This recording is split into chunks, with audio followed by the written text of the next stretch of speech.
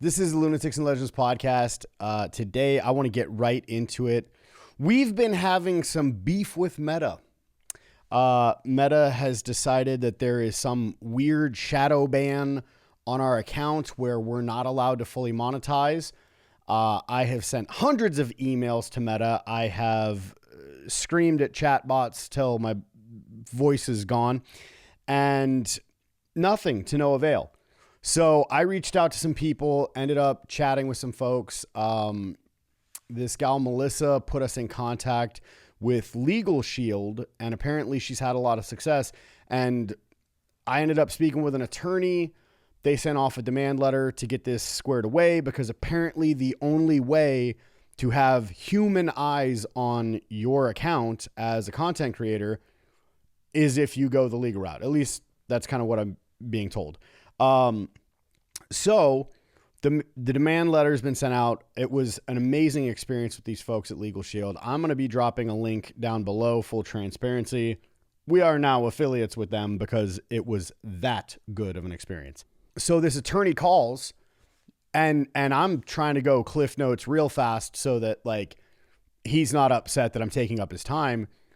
And no, take your time. Tell me everything.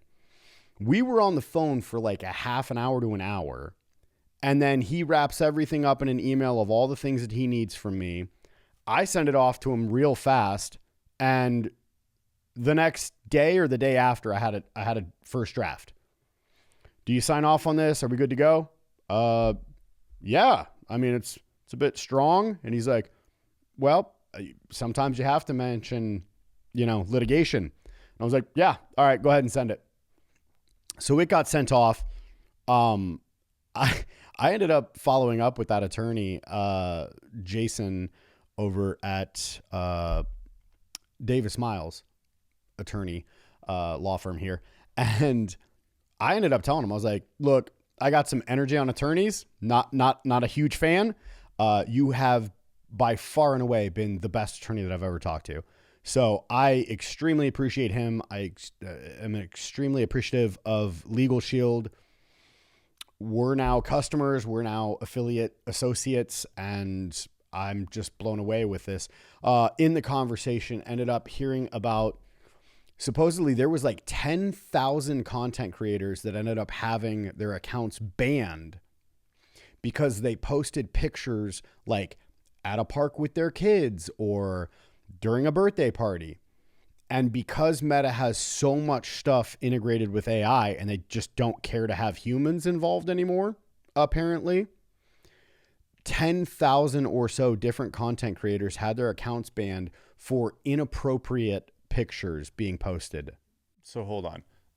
One of the biggest platforms that supports or is an avenue for pedophilia is banning accounts of families who are posting family photos.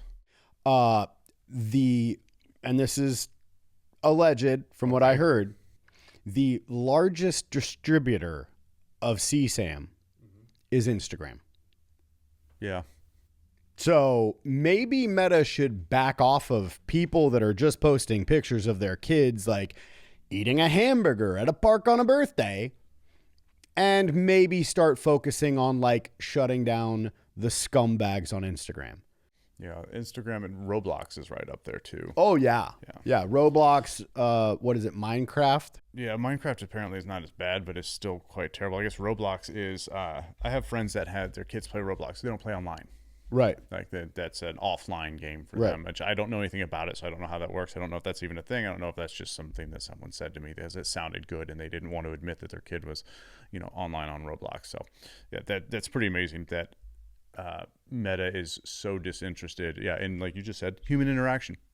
We don't have to have anybody verify this. Just let the algorithm figure it out. Let the automated interaction system just handle it and ban actual accounts, but make sure that everybody who's some sort of a villain, if you will, no, that's fine. That's fine. Just let them continue to roam around on Facebook. Right. And with all of the things that I had to do to prove that I am who I am with Meta, like, how can they not find these people that are distributing this stuff, right? Yeah, they can. They choose not to. Allegedly. Allegedly, yeah.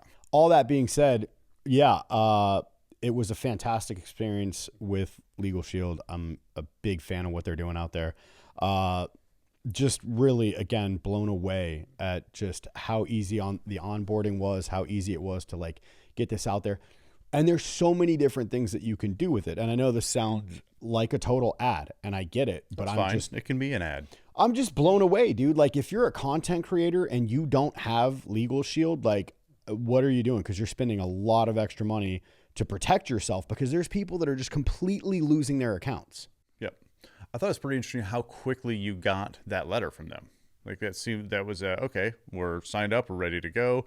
We had the conversation same day. Next day we have a letter. It's sent off. Like, that was pretty fantastic. Yeah. Yeah. And then on top of that, like, they were like, if there's anything else you need, oh, hey, you have this thing going on that you're fighting this case, like, make sure to create a new ticket for that. As soon as they write you back, create a new ticket so we can go over their response. And if you're happy with that, and then they offer like a discount if we have to go to litigation. Mm-hmm. And there's been so many different things that like they cover. If you need a will done, if someone screws up your clothes at the dry cleaner, if all the things, like, you can just write them up and be like, hey, this happened at the dry cleaners. I need a demand letter. Boom. But the big thing is like I said, a lot of content creators are having issues with their accounts, and they're not being able to get their accounts back. Yeah. Or there was some, like, there's wild stuff, like, got a community strike. That's BS. I shouldn't have got that community strike. Like, where was Legal Shield when TikTok shut us down? Well, we didn't know them, but maybe we should have that conversation with them. Right. Yeah. Not a bad point.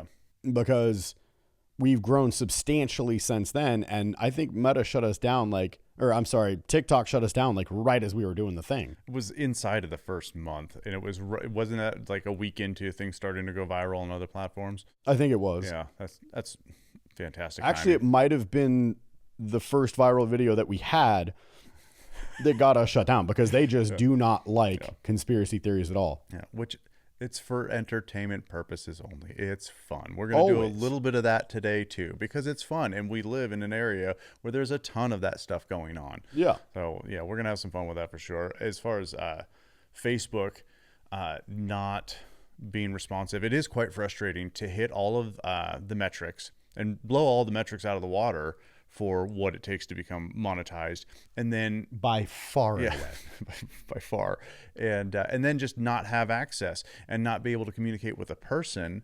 Like, I get it, they want to go through a filter with their AI. Fine, it's 2026. That's what it is. The frustrating part around not being able to get past that wall. Yeah. Like, that's where things get weird. And of course, they don't have to care about our channel, right? They don't have to care about any channel. Yeah. It doesn't matter to them. It doesn't change anything for them whether or not we get monetized. They're already, like you've pointed out, they're already making whatever money there is to be made off our channel. They're already doing it. ChatGPT estimated it to be around $110,000 in advertising revenue that they've generated. They've generated from us. Do you know how much money we've generated? Zero. Oh no, $1.36. $1.69. $1.69. Yeah, fuck, I was close. Thank you to the person who sent us some stars, and thank you to the person who subscribed. The one. You're a real G. Might be my mom. Hi. It's not my mom. Oh, okay. Definitely not my mom. However, all of that being said, like, it's crazy how easy this has been. I literally got like the blue check mark so that I could then have the enhanced support, and I chatted with AI, and I told it the things where I was like, hey, I'm a subscribed blue check subscriber, blah, blah, blah. I need to speak with a human. I need this escalated. And that worked up until that human, who's probably, an 18-year-old somewhere else, right? I still don't believe you're talking to a person. I still think it was... Maybe. Yeah. Maybe. However, that person was like, you don't have any issues on your account. And I was like, I get that, but yet here we are. Like, we're not able to advertise for some reason. So we couldn't push anything that we want, right? We're not able to get fully monetized. Meta. And like, they won't allow me to have Business Suite on my phone. for some reason. And I've been told, yeah, you are blocked for something in 2023. Nope, wasn't something in 2023. It was something in March. We didn't post anything on the day that they said that it was at all, right? And so they're like, well, yeah, it was a scam and deception or something like that. What could we have possibly done? So I go back, I look, that we didn't post that day. There was nothing there, right? So then I go back to them. Hey, what about this thing where it's saying March 6th? No, that didn't happen. You're good. Go ahead. You haven't hit the criteria yet. Okay. So then we blow the criteria out of the water. Current status is over 58,000 followers, right? We have over 8 million views, and we have generated, I believe at this point, over 10 years of watched content. In the last 30 days, as a channel that had 400 subscribers or 400 followers a month ago. Right. All of those numbers in the last 30 days. Right. Yeah. And they still claim that we haven't hit the criteria. Like, there is no metric that they could possibly hold anyone to that we haven't hit, because we grind at this, right? So he goes, no, your account's fine. There's nothing wrong here. So all that ends up happening, he blocks me from being able to talk to anyone else human. And so then it's like, hey, take the survey. How did you like what we did there? And I'm like, it sucked. Then somebody, supposed human, reaches out and sends me an email. We exchange a couple hundred emails. He's fake calling my number, and like, I hear people talking in the background, and he's like, I don't know, I can't hear you. I'm like, okay, here's another number to call. He never calls it. Multiple times he's scheduled to call me, never called. Like, all of these things. And finally, I just had enough. I was about to drive everyone to the YouTube channel. That's why we stopped posting the long form content on Meta. And instead, it's all driven to YouTube, because we can move them over to YouTube if Meta wants to be this way. YouTube, where we're fully monetized. Right. So that being said, like, I was over it, and it wasn't until I reached out to Melissa and she was like, no, you need to go this Legal Shield route. There's a very famous, over 1 million followers, famous content creator that got hit with that weird, you posted pictures of your kids, we think it's inappropriate because AI thinks so. Yeah. And she ended up getting her account remonetized because of working through Legal Shield. That's pretty unheard of, because generally speaking with Meta, if you get a strike, that's it. You can't take the strike off. You're stuck. If your account gets shut down, that's it. You can't reactivate your account. So that's pretty incredible that they were able to do that. Right. Hence our enthusiasm for it. So much so that my friend who's a social media manager was like, before you blow up, shut the whole thing down, start it somewhere else, push everybody to the new page, but you're going to have to not be able to log on to the same Wi-Fi. You have to use a VPN, like, because they're going to connect the two and they'll shut everything down. So there's all these different things that, you know, he was saying we'd have to do. And then I reached out to Legal Shield. Boom, demand letter is sent, and it's going to Meta's legal team. And then that might get kicked to a different legal team that's handling all these other things for them, because apparently they're getting a lot of litigation.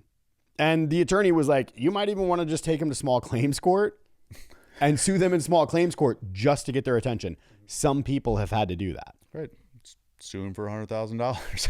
I don't think you can in small claims court in Arizona. However, no, I think the limit's like 20 grand or 15 grand. Something it's not like very that. Much, yeah. But the point remains, like, I'd rather just handle this peacefully, get human eyes on it, and then they go, well, looks as though we didn't have a reason to hate these guys. The reality is that if a human looks at it, they're going to go, oh, here's the problem, fix it, and then it's going to be done. It has nothing to do with whether or not they like or approve of the channel. It has everything to do with the fact that there's a glitch somewhere that we just simply can't get human eyes on. Right. That's it. And there's so many other content creators that are dealing with this right now. And the solution is in the link below. Yep. I'm over it at this point. I don't want to talk about it anymore. I say we move on. Yeah, let's move on. And I think we have some really cool content to talk about today. The Superstition Mountains. So there is a ton of lore around the Superstition Mountains. Everybody's already familiar with the story of the Lost Dutchman Mine. Honestly, I don't know very much about it. So there was this man, Jacob Waltz. I don't even know if he was Dutch. However, some people say he was, some people say he wasn't. They're never Dutch. Fair enough. So apparently Jacob Waltz is the Lost Dutchman, right? And there's a bunch of different folklore around him. However, supposedly he was pulling a bunch of super rich gold out of the superstitions. The weird thing is I have heard so many different claims about his story as well, that he was ambushed and killed. The official story is he died of pneumonia in like 1891 or something along those lines here in Phoenix, right? People claim that he was ambushed and somebody took over his identity. There's all sorts of crazy stories about that dude. But supposedly he was pulling a ton of gold out of the superstitions. Which is a little bit wild because if you do a little bit of homework, there's gold all around the mountains. The gold fields, there's tons of them. But right. the mountains themselves, from what I found, is that they actually, the terrain there and the soil and the earth is that there's no, it's not conducive to gold, and that effectively most people that are professionals in that space don't think that there's actually any gold in there. It's all around it. So it's pretty wild that everybody thinks that there is gold in there, because apparently to geologists, there isn't any. And so there's some speculation on that too. Sure. There's a couple different schools of thought that because that was very much an Apache land and to be considered a sacred Apache Very land. sacred, yeah. There's like the thunder god there and so on. And supposedly there have been Apaches that have been gathering gold and storing it there. Mm-hmm. And then they murder anybody who gets close to it. And supposedly there could just be a very rich vein there. There have been stories about like, I think there was one about a young Apache that was injured and some prospector like took care of him and brought him to the tribe and was rewarded with taking as much gold as you possibly can, but was like blindfolded. And there's all sorts of stuff. There's supposedly like a portal to hell out there. There's supposed alien activity. There's the supposed thunder god out there. Like there's so many crazy different stories. And even like the Peralta family, they're supposed to be, the Peralta family was pulling a ton of gold out of there and taking it back down to Mexico. And they were ambushed over the gold because they were getting too close, or they got tired of them taking it. Like there's so many different stories. And then you have like the Peralta stones, and these stones are supposed, like, they're written in Spanish. They're supposed to be belonging to the Peralta family, and it's how you're supposed to be able to find the gold. And people have claimed like electromagnetic fields out there, a sense of being watched. And if you do enough research, I've even read where people have claimed that like there is about, on average, one murder a year. Murder, not lost hiker, not heat exhaustion. Beheaded with a hole in their head. Yeah. Minimum of a hole in their head. And their head like 30 yards away from the body. Found months, sometimes years later. Right. Yeah. Correct. Where it's just a skull with a hole in it. 30 yards from the skeletal remains. And I mean, you know, even recently there's been a story within the last few years of a hiker going up there and not coming back out, which again, dangerous, right? In itself, yeah, if there's nothing else there. Yes. Yeah. And then there are people that claim that there's like lizard people out there. I mean, even my dad growing up told me stories about the superstitions. You ready for this one? I want it. Okay. Are you familiar with the musician David Allan Coe? Yes. Okay. Supposedly there was, for entertainment purposes only, there was an Apache who was claiming that he wrote one of David Allan Coe's songs, one of the more famous ones, where he says like, I got drunk, The night my mom got out of prison. Okay, to be fair, that's almost every country song at that time. Yeah, fair enough. Okay.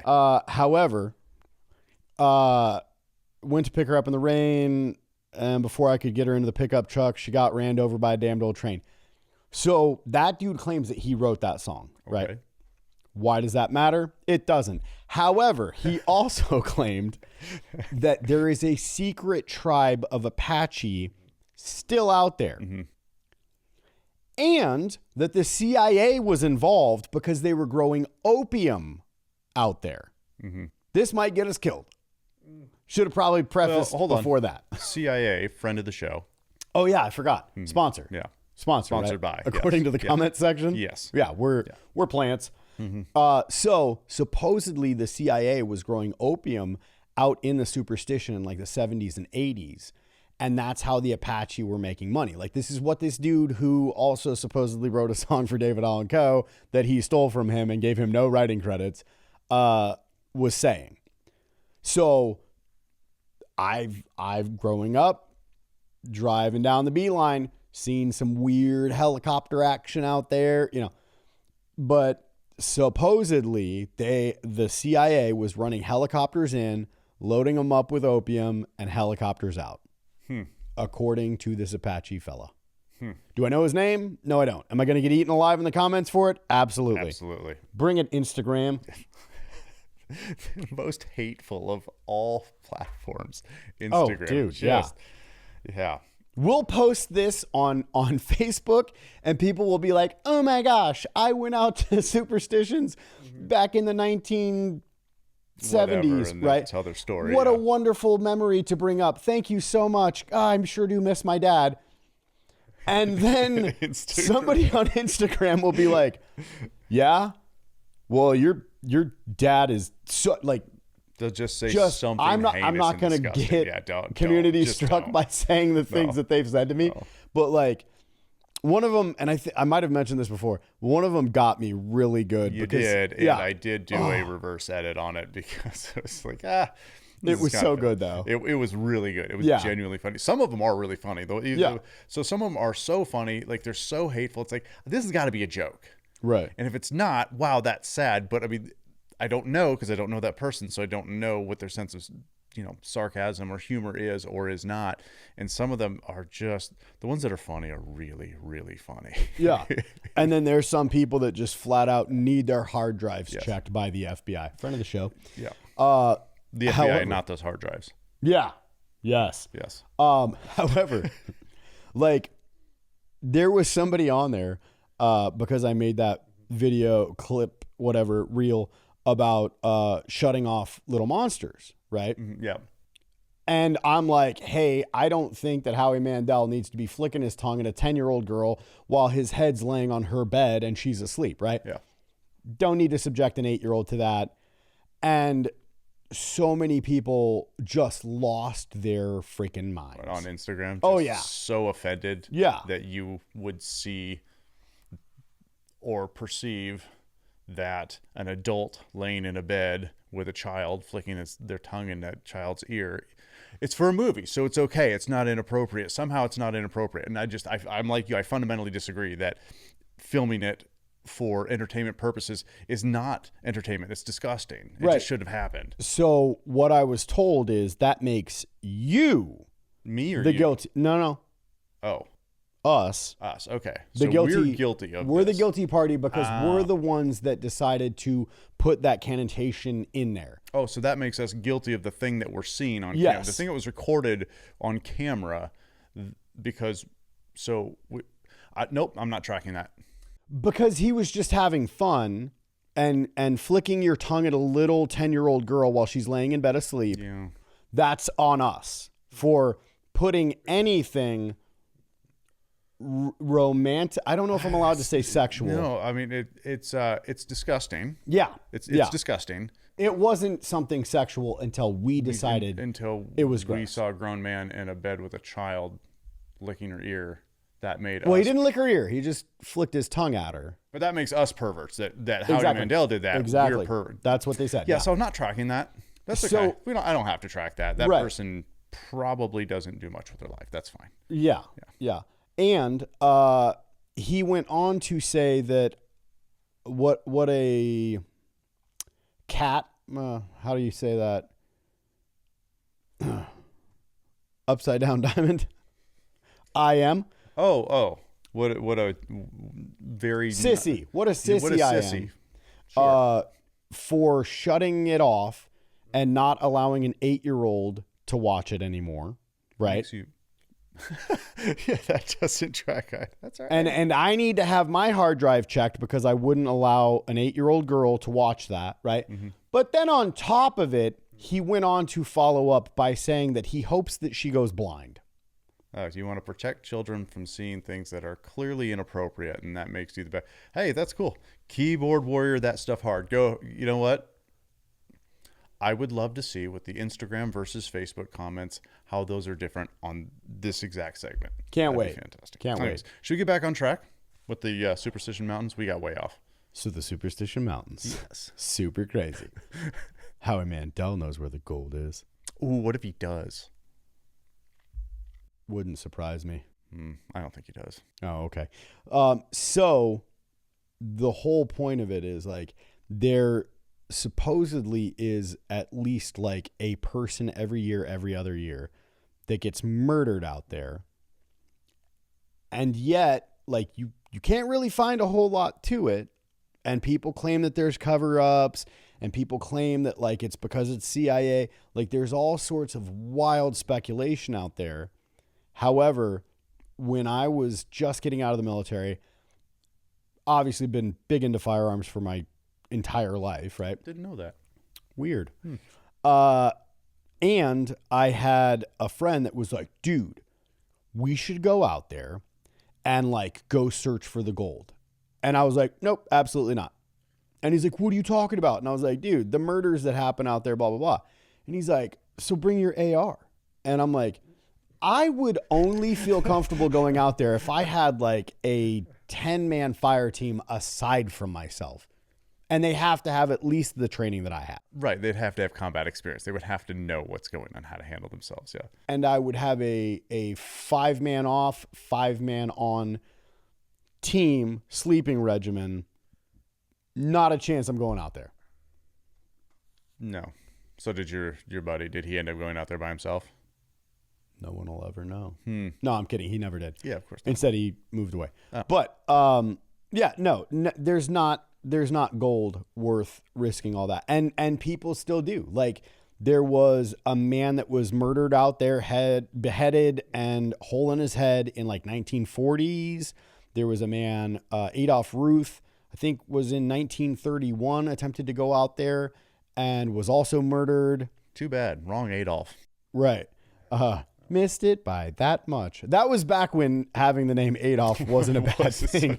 Yeah. Hadn't been tarnished yet. 1931, you were still a pretty cool dude. It's all right. However, yeah, there's been like tons of people that were murdered out there. And if you go out to like Goldfield, Ghost Town, like awesome experience. Mm-hmm. We took the 8-year-old out there. There's just a ton of like super rich history in Arizona and especially in that area. But they have like a museum that you can go through and it talks about the Peraltas and like there's really cool stuff. I think in that museum they even had like a coat that belonged to Doc Holliday, who I'm actually related to. Anyway. Oh, I like that. That's good. A little sick. Yeah. Gun hands. Friend of the show. Yeah. Real gunslinger around here. However, yeah. So there's a ton of history there. They have a huge mine that was out there. I want to say it's the Mammoth, but I might be completely off. Don't know. But they used to mine gold out there, and then they have, and I hate to ruin like the fun of it all, but they have a thing where you can drop down in a steam elevator and go through like a fake mine shaft, right? Cool experience in itself. And then you walk out the other side. But the even cooler thing is weather permitting, they actually do nighttime ghost hunting tours through there. Yikes, no thanks. Dude, it is so much fun. I don't want to do that. It's a lot of fun. I'm scared. It's a lot of fun. It's probably is a lot of fun. And you see things. I'm sure of it. Yeah. But they'll run you through the whole town, and all these people have different stories about like different spirits and such that like show up out there. And, you know, even in that place, I believe somebody was murdered in the Goldfield area. Like there's a ton of that history out there, out here in Arizona, period. I mean, Arizona is the farthest west that a Civil War battle happened. You familiar with that? No. Yep. Well, yeah. Give me a little bit of that. I want to say it was Mount Lemmon or Mount Graham. However, I'm going to talk about Mount Graham in a minute, but go ahead. Okay, and we'll get to that. Yes. It might have even been Casa Grande. However, there was a small regiment of Southerners that clashed with a small regiment of Northerners, and I believe the Southerners got absolutely slaughtered. However, Arizona is the home of the farthest west battle of the Civil War. That's wild. Yeah. Yeah. Proceed with your Mount Graham, sir. Yeah. So the Superstition Mountains, obviously, that gets all the attention. Lesser known, but equally as important to the Apache and apparently to the Vatican is Mount Graham. Juicy. Yeah. I thought that was a little bit juicy too. And I found that I was like, what is the Vatican doing at Mount Graham? So they have an observatory out there, and there's a very, very large. I saw that. Mm-hmm. Yeah. There's a huge huge observatory, and there's some kind of a laser cannon magnifying glass telescope. It's probably all those things. It might not be any of those things, but it's called, the acronym for what it's called is Lucifer, which I think is wild. Like, why would the Vatican have this contraption there and then force an acronym that spells Lucifer? It's just, comment section, have a heyday with that. But it's pretty wild because that mountain for the Apache is one of the foremost holy mountains in the world to them. Like that mountain is particularly important, and it's because they consider there to be, or the lore is that they have found multiple Stargates out there, the Cherokee tribe, like multiple Stargates where otherworldly beings just appear and reappear on these flatter plateaus that are out there on the mountaintops. And so like that's their whole deal, is like that's where all of that stuff went down. I know that also that is at the Superstition Mountains as well, that there are supposed to be Stargates there as well. Stargates, alien abductions, all the things, portals to hell. It's pretty wild. There are other mountains nearby that have the same altitudes, the same terrain. The Vatican could have built on those mountaintops without having to build on sacred Apache land. Right. But they actually went to court and fought in court to be able to build that observatory on that particular mountain. Why? Why that one? Well, I mean, there is a long-standing history of the Vatican battling with Native American tribes in Arizona as well, because there's tons of different like supposed Vatican treasures of like even like the Spanish attempting to take gold back to Spain during their time in Mexico and Arizona territory and all that. And so I could see him doing it just as a big middle finger. And when I was like, oh, I've seen that, it just dawned on me while you were talking about it that that's what that was, because we were traveling through, I want to say Oracle Junction to go into Tucson. And I looked up at this mountain and was like, wow, that is massive. Because this thing is not small. You're probably 100 miles away or so. Don't know depth perception that well when it comes to hundreds of miles or not. However, you see it. You see it. And I was looking at it and was like, that looks like an observatory. So that's crazy. Yeah, it's massive. And what's really wild too, and I think that some of the draw for the Vatican is that the Apache, their origin, their lore for the origin of man in the world is wildly similar chronologically to the Bible. Like I want to say it's Genesis chapter 6. I don't know. Somebody fact check me on that. But there's when it comes to creation, when it comes to the fall of man out of Eden, when it comes to the Nephilim, the flood, all of these things happen in their lore at the same time. And it's like they're eerily similar to each other. Yeah. So I don't know if that's why the Vatican is there, but that's certainly that's certainly interesting. Their excuse is ultimately that over the last, I don't know, several hundred years, the Vatican has had an observatory somewhere. They always have some observatory. Why do they have an observatory? Okay, well, I was about to ask. Yeah. So the Vatican ultimately has been responsible for calendars. Our Gregorian calendar is correct, right? And so you track that with the stars. And so their excuse for we always have some observatory is to make sure tracking the stars, the calendar is correct. So that way they can make sure that you feel bad on the right day every week, right?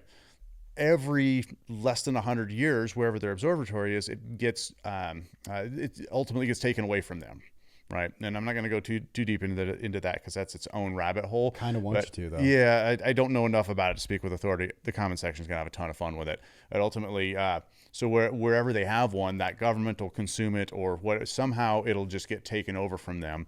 And so, and that was in Europe. Their observatories, every time they create a new one, gets consumed by the government or whomever. And so they're like, screw it. We'll go build one in Arizona out in the middle of the desert where no one will ever care that we have an observatory out there. So that's their excuse as to why it's there. On the holiest mountain in the Apache tribe. Yes. That where there are other mountains, same altitudes, same terrain, would have changed nothing, but it had to be on that one. So is the excuse valid? Of course it isn't. How can I validate that? I can't. As well, I know that there's been previous beef between the Catholics and the Freemasons. Mm-hmm. But according to the Freemasons, at least Albert Pike, a Lucifer just means a light bearer. Like, what does that lens or whatever observatory do? I don't know. But I do know that it was, they collabed with, let's say it was U of A, and to make that. And so because it's not grant funded, it's not state funded, it's funded by the Vatican, they have no issues with money being continued to pour into it. So a ton of research is done there. It's apparently, from my understanding, it's one of the most productive or information producing observatories on the planet, because they don't have to go out and look for money. The money just keeps coming in because the Vatican has more money than anybody. That's wild. Yeah.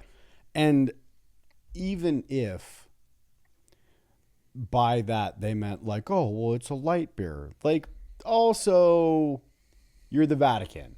And you know what people are going to think of when they hear Lucifer. They're not thinking light bearer. Yeah, it just why? For why?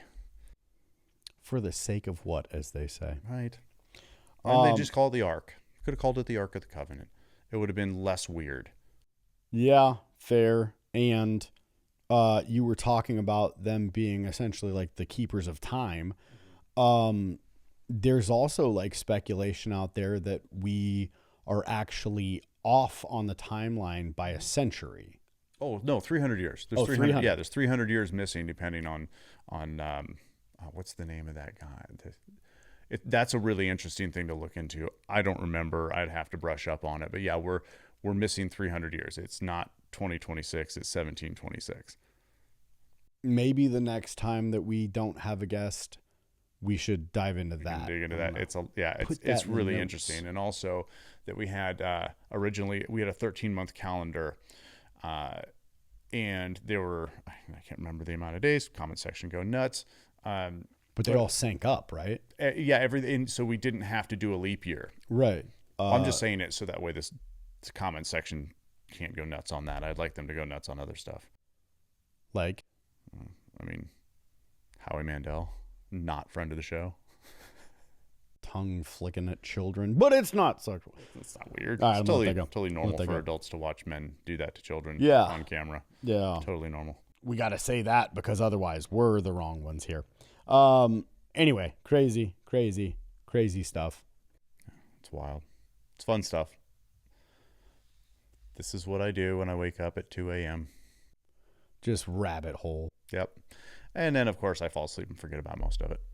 So Mount Graham is where Lucifer is. Yes, the observatory, laser beam, infrared, telescope, binocular. Lucifer. Wouldn't binocular have a B in it, bud? Anyway, moving on. So Mount Graham is where that's at. Is there any other like crazy things? What about the Stargates and such? Did you find anything on that? So yeah, not too dissimilar from the lore around the Superstition Mountains, where it's like, hey, if there's a large plateau somewhere, anywhere it's flat, that's elevated is a Stargate, essentially. Okay. And this is where the star people and our creators come and go.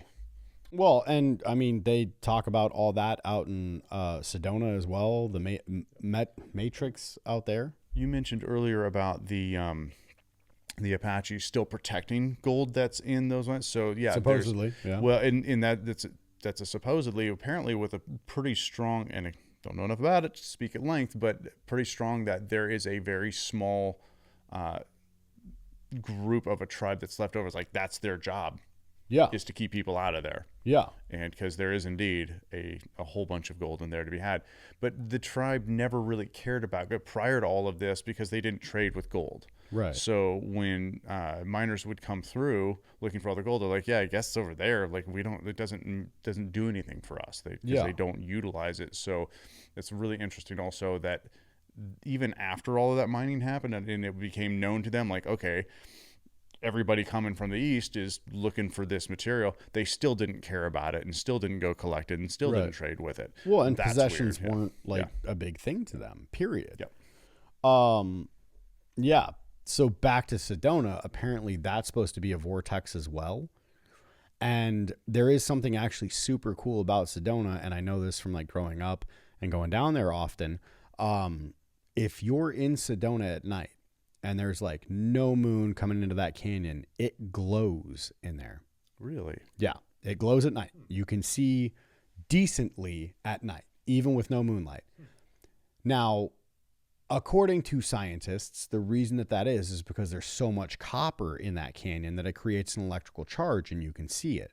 Okay. And then they claim that that's also the reason that people have the feelings of the vortex. Yet there are tons of people that go up there for like spiritual quests and vision quests and all sorts of different things along those lines are supposedly because of the amount of copper that's in there. That's wild.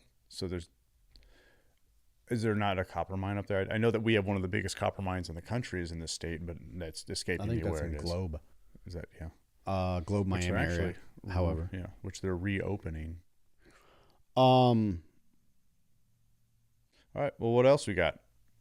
Well, we had a topic that we were going to cover. However, Zahn did not want to cover it because of his concerns around the spirit realm. I wanted to talk about sleep paralysis demons because I have experienced them here. I experienced them a lot in LA and when I was younger. Seattle, yeah. Well, that checks out because gross area. Yeah. I said what I said, Hollywood. You want beef? Come at me, dog. But yeah, so the crazy thing about this is like I saw the Man in the Hat before I knew anything about there being characters. That's a wild one. The Man in the Hat. I've never seen the Man in the Hat, but that one's awesome. I have, and it was bad. So I was laying in bed asleep, right? And for those that don't know, I have really bad sleep apnea. So I got my mask on. I wake up to an eerie feeling. And I look up at my door, and I would sleep with the door open. Bedroom door. Yeah. And I would sleep with the door open. And I just see a hat with a big long nose peeking around the corner. And it's just staring at me. It's just staring at me. I'm laying there frozen, not able to move, ton of anxiety. Creepy. I end up mustering a scream. And luckily I had my mask on, so it dampened it quite a bit. But I screamed with all of my might and it broke the paralysis, and then the shadow disappeared. Yeah. You don't see, like, it's a silhouette. You don't see the person, at least in my experience. Yeah. I did not see him. And then a second time, he did it again, but he was just standing in the door. I'm getting chills, bro. Yeah. He's just standing in the doorway staring at me, like arms like this. He's probably about 6 foot tall, slender build, right? Staring at me. And then the hag walks behind him. I don't know anything about the hag. The hag is supposedly like a succubus. Yeah, I do know the hag. Incubus. Yeah. She just walked behind him, right? I had enough. I reached out to a friend of mine who is, why am I spacing it? Mohegan Indian. Mm. And he came in here and he smudged the house with Palo Santo and white sage and did like a whole cleansing, like a sound bowl treatment, like all the woo woo. Mm-hmm. And I was like, yeah, dude, if you want to do it, go ahead. Now all my clothes smell funny, but that's all right. I'll be okay. But yeah, he went through and smudged the house and like put crystals in windows and stuff like that. Yeah. Right. I don't know if it's just placebo, but it hasn't happened since. But what I will say is the night before we were going to record with Zon, we had some friends over. We were hanging out talking. And I was like, you know what? I want to do something on the sleep paralysis demons or creatures, characters, whatever. Yeah. Right. And this family was entertained by it. They're like, tell us about it, blah, blah, blah. They also saw the hag and have had the hag sitting on their chest. I didn't have the hag on my chest. She was just walking by in my experience. Yeah, she was on my chest. So you've seen the hag. So I saw indentations of the bed as the hag was moving towards me. There was no image, or no, there was nothing there. It just, I could see the crawling over the bed, on top of me, and the weight on my chest. Yeah. So we talk about this, right? Mm-hmm. The next day I bring it up. Hey, we should talk about this. Zon, absolutely not interested. Doesn't want to do it. He's like, nope, you guys can do that. I can leave, whatever, but I'm not inviting that around me. And I'm like, I get it. Yeah, fair. And we talk about it. And we talk about, dark entities attaching themselves. And then we're like, all right, let's do the podcast. Mm-hmm. So we did something completely different, right? However, since then, I've had like 6 different nightmares. And like violent nightmares. Mm-hmm. Yeah. And it hasn't been sleep paralysis, but there have been silhouettes, creepy silhouettes in these dreams where like, I don't know. Again, maybe the power of suggestion, not 100% sure, but I do know my sleep has been disrupted since that happened. And we'll see what happens because of this discussion, I guess. So I had sleep paralysis pretty bad in my teens and 20s. Like it was a regular occurrence. And in my 20s I spent 11 years in Hollywood and like right in the middle of it. So I mean my first wild experiences with sleep paralysis as an adult in Hollywood. I was living off of Argyle and Franklin, up the top of Argyle, for anybody that knows the Hollywood area. There's a huge apartment complex up there on the on the west side of the street once you get right up to the very top of it. And I guess back in the day, it had that complex had a reputation for being like a drug house and heroin house of sorts. I don't know. This is just what somebody else told me who was born and raised there, and they were elderly when I lived there 20 plus years ago. And they called them flop houses back then. They probably did. So that was that place definitely had its own creep factor for sure. Yeah. And I remember that was one of the first times that I remember seeing the bed move so again, I never recall seeing the hag, but multiple times something crawling up the bed on top of me. Are you sure that you didn't just take some girl home from a bar and you were too drunk to remember and she was just really gross looking? No, No, I remember all of those. Oh, Yeah. okay. Yeah. Never mind. Yeah. No, Book coming out in November. So, so in the feeling, for those that don't know, the feeling is your body is frozen up and you regain consciousness, but you can't use anything. It's kind of like the light switch is on, but the nervous system is off. Right. Like your eyes. You can use your eyes. I mean, kind of like you have to, like I would have to struggle to keep my eyes open. Right. And you can't move because you just nervous system is off. So muscles aren't firing. Nothing's going on unless it's, an involuntary thing like breathing. Right. Okay. Right. So there's this real struggle, and as you became, for me, as I would become more aware of my surroundings, the struggle would become more and more significant. Of course, science would tell you, you're not actually awake when this is happening. Right.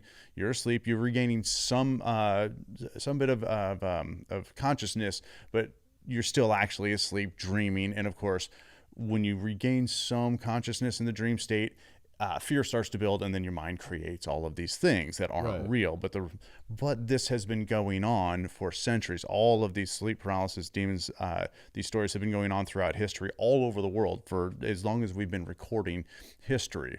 And so for me, I'm not entirely convinced that it's just my body or my brain creating something because of the experiences. I lived also on Hollywood in Formosa. It was one of the places I lived at, a place called the Hollywood Lanai. Back in the 50s, it was a motel that was owned by the original Joker. The Joker in the 50s, was it Cesar Romero? Yes, that correct? Yeah, it was. He originally owned that place. But that place was weird. The unit that we lived in, we definitely had a spirit wandering around in there because weird stuff would happen. I had a candle that was just a hand with the middle finger up. Right. Yeah.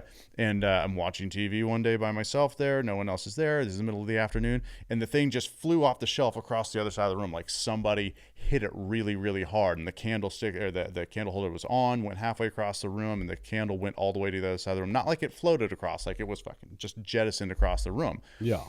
There was another time where I recall there was... Again, sometime in the afternoon. It's not like this is 3:00 in the morning or something weird. It's not the witching hour or anything. Right. But the glassware that we had, one of them just exploded on the counter. And at that point, we had already, my roommate was Kalen. He was out on tour with Korn at that time. So he was my roommate when he was around, but it wasn't very often. I typically was just there by myself. And so the glass exploded. And I remember turning and looking at it from the couch to be like, whatever, I'm not cleaning up after you, asshole. And I just left the glass there because I didn't have to go. Like I ate at work. I didn't go in that kitchen. There was no reason to. Right. So I left that there for weeks, and eventually I was like, I should probably clean it up. I'm accidentally going to step on this sooner or later. There are all kinds of little things like that happened there, and I had a lot of, I would say, a lot of sleep paralysis moments were there. And I worked nightclubs, so I was going to bed at 3, 4, 5 o'clock in the morning. So when I was asleep, it was daytime, and so all of my sleep paralysis would be during the day. And so like I opened my eyes and see what was going on in daylight. So it wasn't like this is nighttime, like oh, the hag only happens at night, like that experience. Like I had that in the middle of the day, 11 o'clock in the morning, 1 o'clock in the afternoon. I also knew when it was going to happen, and I'll twhen you about that in just a second. Go ahead. You say something? No. Okay. Tell me now. So I figured out or found a commonality when I would have, when I would know it was about to happen. A lot of the times, a lot of times. So I always, until more recently, I always had a clock next to the bed. Didn't use a cell phone. Then, I mean, people had cell phones, but this is early and mid 2000s, so cell phones weren't super common yet. Yeah. And they were flip top, and we just didn't use them then the way that they are used now. And so I had just your old school red digital clock on the, and so what I noticed was a reoccurring experience for me is that if I looked at my clock, I would in my dream, I would see my clock. I would think that I was awake in my dream. Yeah. And I could feel myself blinking.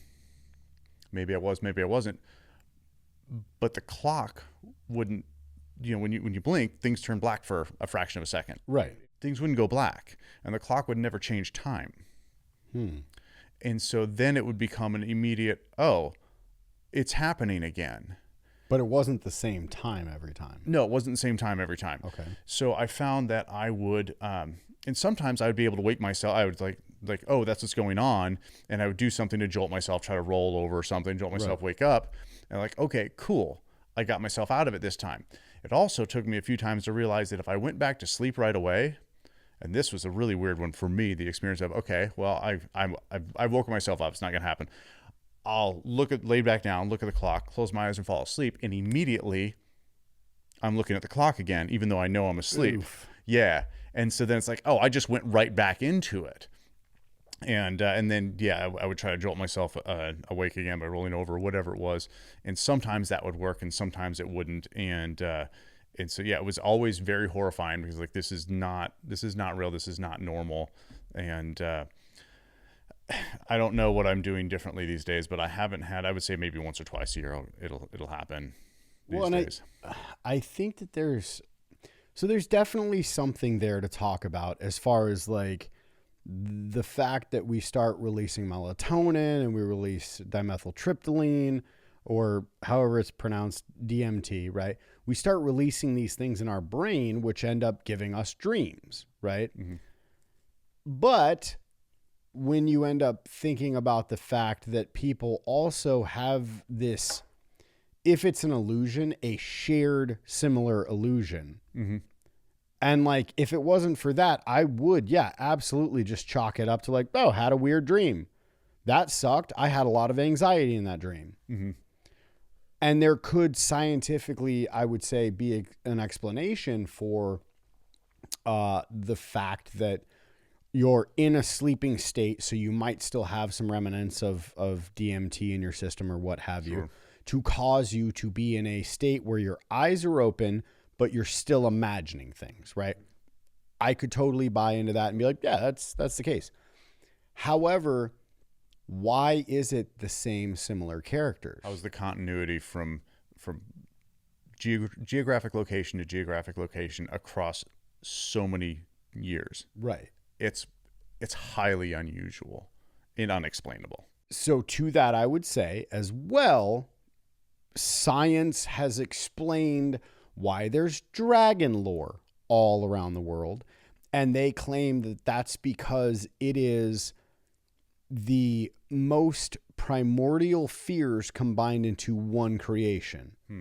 A serpent that flies and fire. Yeah. Interesting. That actually ties back to the Apache because their lore around creation and the devil, like it's specifically described as a dragon that comes to the first humans, Adam and Eve in this case, right? Okay. Or their iteration of them. Right. That is able to communicate with them, but yes, is a dragon that flies and spits fire. Right. Yeah. So then to that, could these characters be a combination of all of the things that are scary in society nowadays or something along those lines? Like, I don't want to say civilized society. Mm-hmm. What I'm saying is like, yes, massively different society compared to when the Apache were, creating their religion, or when, during the Middle Ages when they talked about dragons and stuff like that. So I could see that might be an explanation. Mm-hmm. As humans, we now see a lot more humans. And so our fears are no longer based in reptiles and surviving fire and stuff like that. Now it's people are evil and they're dark entities, etc. And so we place that type of commonalities, but it's just so specific. And like hats, oddly specific. The man in the hat. The man in the hat. And that one is very oddly specific. Right. Everybody describes the exact same character. Okay, well, it's a silhouette, so that's easy to do. Yeah, at the same time, I mean... Why is he not a fat man in a hat? No. Why is he not a short, fat man in a hat? Why is the hag always on your chest? Like, there's just too many outlying situations where somebody goes, yes, I had an issue with sleep paralysis. Yes, I saw a thing. Oh, and that thing is similar to what everybody else saw. Like, there has to be more to that story. And why do I always have, like, every time that happens, and I do wake up for a period of time after I'm awake, I have, like, all the hairs on my body are standing up. Oh, yeah. Yeah. Why do we all have that similar feeling of, I was being watched. Yeah. Something bad just happened. I narrowly escaped it, and I have a surge of adrenaline right now. Yeah. Yeah. I don't know. It doesn't make sense to me how that could be a thing, and all those boxes could be checked in commonalities, and it not be something far more than science could dispel. Yet here we are. I mean, I hate to feel as though I wasted the audience's time talking about it, but like, where are we at? Like, there is no resolution on this podcast to what's going on except like, hey, I feel you. It happened to both of us.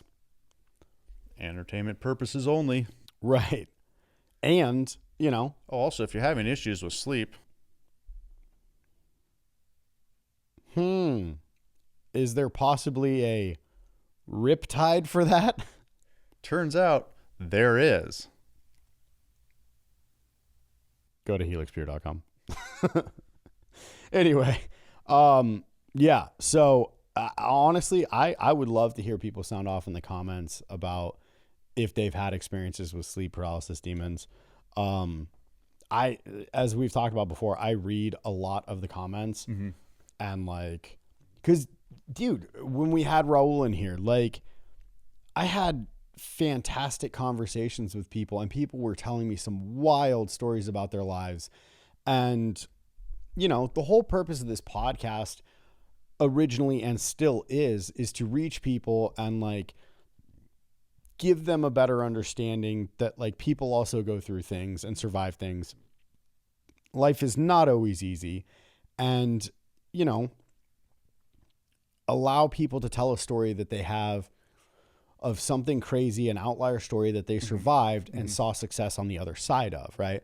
To inspire people. And we've both had people reach out and go like, dude, I watched this and like, thank you. That changed things for me. And I love that. And when those guests don't show up, it's just two freaking friends talking about things that we talk about when we're driving around doing things with a riptide company. Yeah. Show that. Do that thing.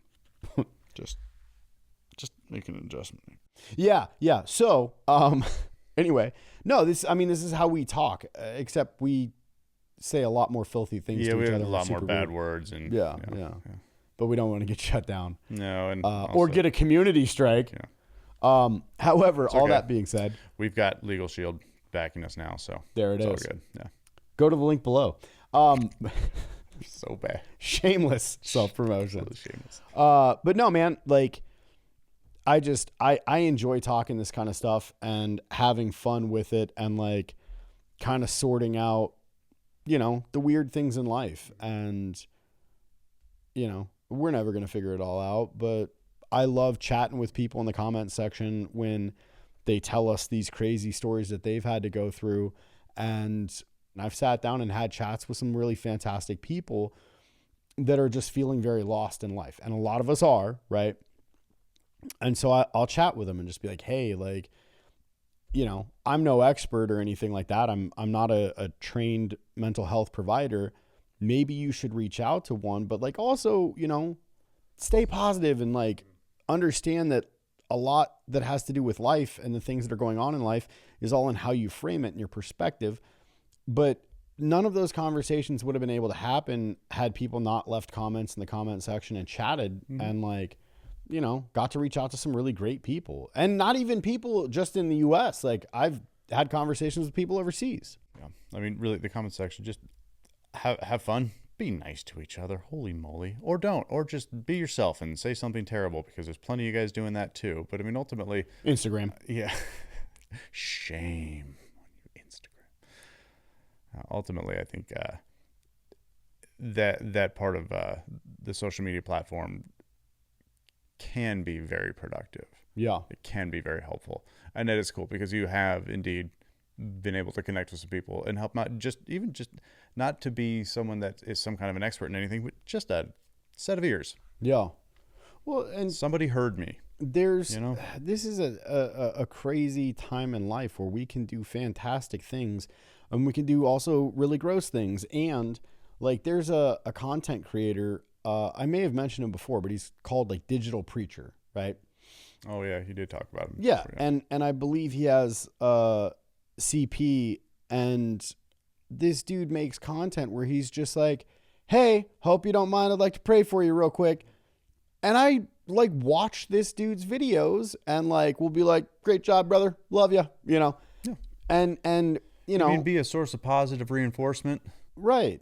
Because that's what this dude has. Like, he is in a wheelchair, and his positivity comes from just saying prayers for people. And like, even if you don't believe in God, like, you gotta love that. Like, you gotta appreciate someone's conviction to do something positive for other people, even if things are particularly not going well for them, and still projecting positivity like that. That's a different kind of power. That's a really cool thing. That's really cool to see that kind of enthusiasm to be positive no matter what's happening. Yeah. And that's, you know, why I reached out from my other channel that, you know, not that like I'm ashamed of, you know, Lunatics and Legends saying what's up to this dude. In fact, I might even reach out to him through the channel just to say hi and tell him like, dude, we appreciate what you're doing. Like, that's awesome. Because to me, it's just like, spread some love, man. Like, spread positivity instead of just being negative. There is enough ugly people in this world. We don't need more. And this dude, like I said, he is fully in a wheelchair, and from his videos, you can tell he is struggling to breathe, and he is using those breaths to bring positivity to people. And I love that, dude. I love that so much. And I want more of that in the world. And don't get me wrong. Oh, do I get spun up and want to say some repugnant stuff to people online? And, you know, I fight the urge. I mean, you know, that dude talking about that he hopes that the 8-year-old goes blind. Like, oh, believe me, my ego. I spent a good 45 seconds writing out like, oh yeah, say that to me. I tell you what, why don't you DM me your phone number, bud? Let's arrange this fight. And I deleted the whole thing, right? Obviously for professional sake. And I was like, dude, you're letting your ego win. Mm-hmm. And when you let your ego win, you're letting this scumbag win. And, you know, obviously, like, I don't even want to talk about that piece of trash on this podcast, also, but we already have. But that guy forgot that he left that comment 2 minutes later.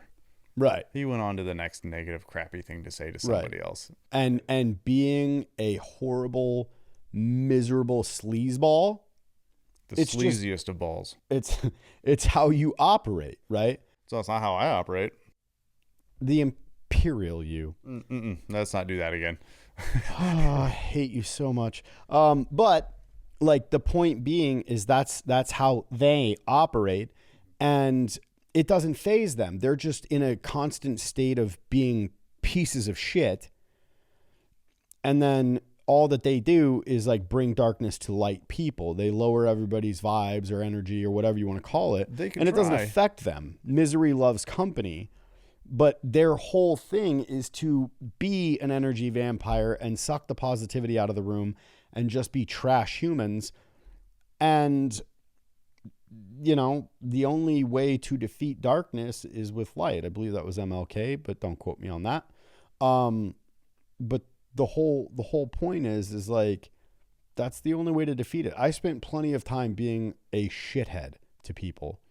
And I don't want to be there anymore. It's a gross way to live. It leads to a lot of unhappiness and just constantly in conflict and chaos. And I've probably lost years of my life due to living that way for so long. And once I turned it around, I was like, whoa, why have I ever been like that? And there's still, as we discussed yesterday when we were driving around, there's still some hardwired programs in there that I have to fight constantly. But in the same right, like, you know, they served me at one time. They no longer serve me. I got to let go of them. And they're hardwired in there.